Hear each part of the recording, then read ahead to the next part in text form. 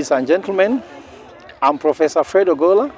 I'm one of the leaders of Concerned Citizens Movement. Today we issue a statement on the state of the nation, which we describe as a question. Are we having crisis of government or government in a crisis? We, the leaders of Concerned Citizens, state that there is a crisis, leadership crisis in Kenya, and we are saddened by what happened yesterday. It is among one of the days in Kenya that will go in the Kenyan history as one of the days which will be most unforgotten. This is because life was lost. No need to count how many lives, even if we have the number. Life is infinite in value, and there is no little amount of life that should be lost, especially within preventable circumstances. We kept wondering whether the passing of the bill was more important to the head of state than what will be done. We kept wondering whether the passing of the bill is more important, that it was to be done under all costs. If we take the president's statement yesterday, anything to go by. We believe proactively all the lives lost yesterday could be preventable, given the circumstances that today he has declined to sign the bill. We would like to differentiate passing the bill at all costs and guarding Kenyan sovereignty at all costs. We believe that this was not at all costs guarding sovereignty, because there was no challenge on that. It was more about passing of the bill. In the run-up to 2022 general elections, it was clear that the fifth president would have to be strategic in fixing the economy, given the aftermath of the COVID-19 and the Russia-Ukraine war. With the assumption to office of President William Ruto that campaign on the bottom-up economic transformation agenda, Kenyans' hopes for improved livelihoods, comfort, and future has moved from bad to worse, with the Finance Bill 2023-2024 are now hitting its worst with the imminent passing of the Finance Bill 2024-2025, even if it is still being sent back to the National Assembly. This has been worsened by President Ruto's administration, set up with poor service delivery, wanton corruption, wastage of public funds, lack of transparency and accountability. Ruto's government is so dysfunctional that it's incapable of citizen service delivery, fixing the economic challenge they found, plus the ones they have created.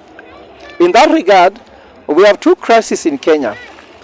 Crisis in government, which is the dysfunctional government and the economic problem before the government.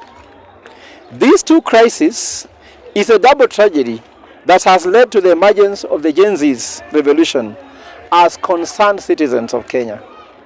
We would like to urge President William Ruto's administration to respect the Gen Z's revolutionary thinking, but not to dismiss it by threatening and killings.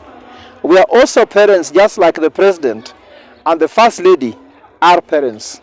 How would they feel if it was one of their children lying on tarmac on Uhuru Highway, like the several mothers, fathers, relatives, and friends felt yesterday? We therefore state as follows, and I'll let Joe to go on. Good afternoon, Kenyans, wherever you are. I'm Dr. Joseph Mugashia, a co-convener of the Concerned Citizens Movement. My colleague, Professor Ogolla, has explained what crisis we have in government, and at the same time, we have a government in crisis. Therefore, from yesterday's activities, the killing of young people, the wounding of young people, and the invasion of Parliament, we make the following statement in addition to what my colleague has talked about. First, we note that the President has declined signing of the bill that Kenyans have been pushing for withdrawal. It is a step in the right direction. However, it would have been good for the President to withdraw the bill and let the Finance Act process 2024 start all over again with complete and exhaustive citizens' participation.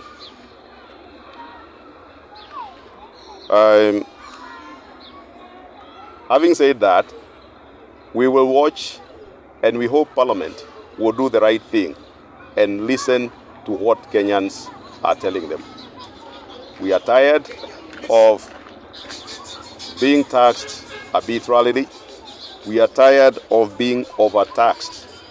And we are tired of being taken for granted. We need leadership. We don't need to be abused and forced to keep on producing money without, in terms of taxes, without getting the necessary or the corresponding development services. We will keep watch on that. Now, regarding yesterday's disaster, because that is a disaster, where young people were killed, private businesses were vandalized, Parliament was occupied. As the result of it all, we have the military out in the streets. We have the following to say. First, we are very deeply concerned and sorrowed by the killings and the maiming of peaceful protesters by the police. Our hearts are with the victims of the police brutality. The lives and sacrifices that Kenyans made, and these are majority youthful Kenyans or the Gen Z, as well as other Kenyans that participated, shall not go in vain. We shall follow up and we will ensure that the nation does not go to that kind of incident again. And that is why we are pushing for the amendment of the Constitution so that citizens have the power to recall the President and the Deputy President when they unsatisfactorily serve the citizens. That way, people will direct their action on the leaders and not on facilities and institutions.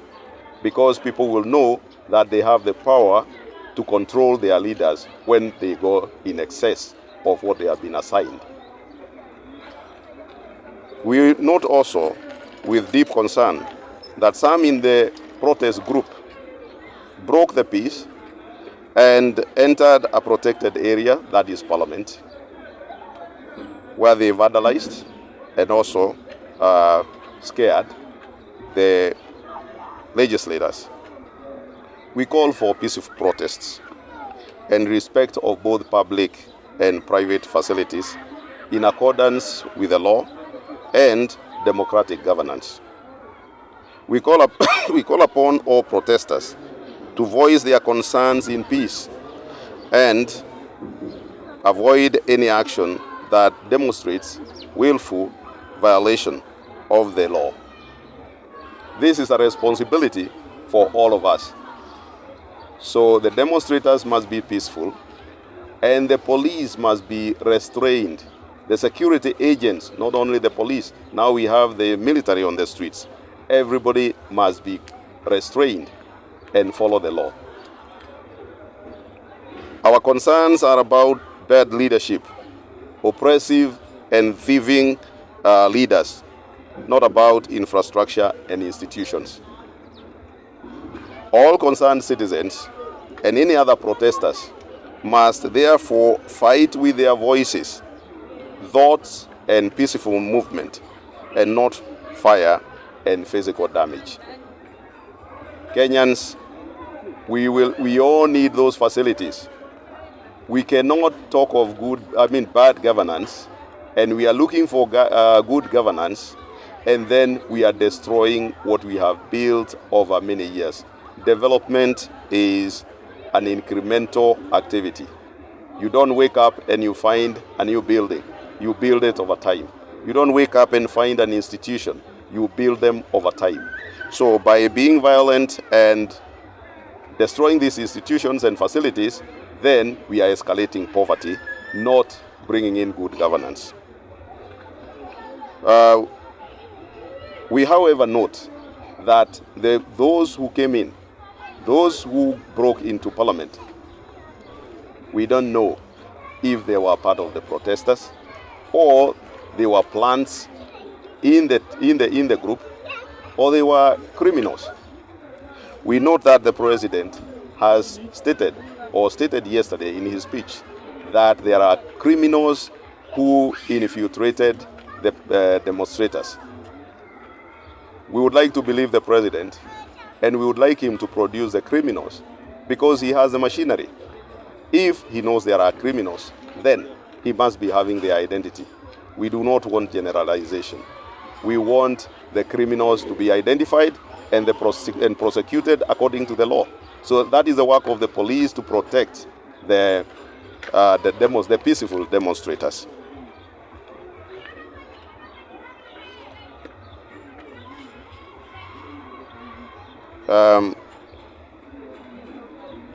We ask the president and the members of parliament to embrace peaceful dialogue. We would like to see the president talking to his people, to ask the Kenyans, and listening to what we are presenting as our issues, not to see the military and the police brutalizing Kenyans who are expressing the pain we are having because of a bad economy and poor leadership. Now, in conclusion, we call upon all citizens concerned about the wrong direction our nation has deeply been driven to keep up the pressure on the president, other leaders, and the government until our voices are heard.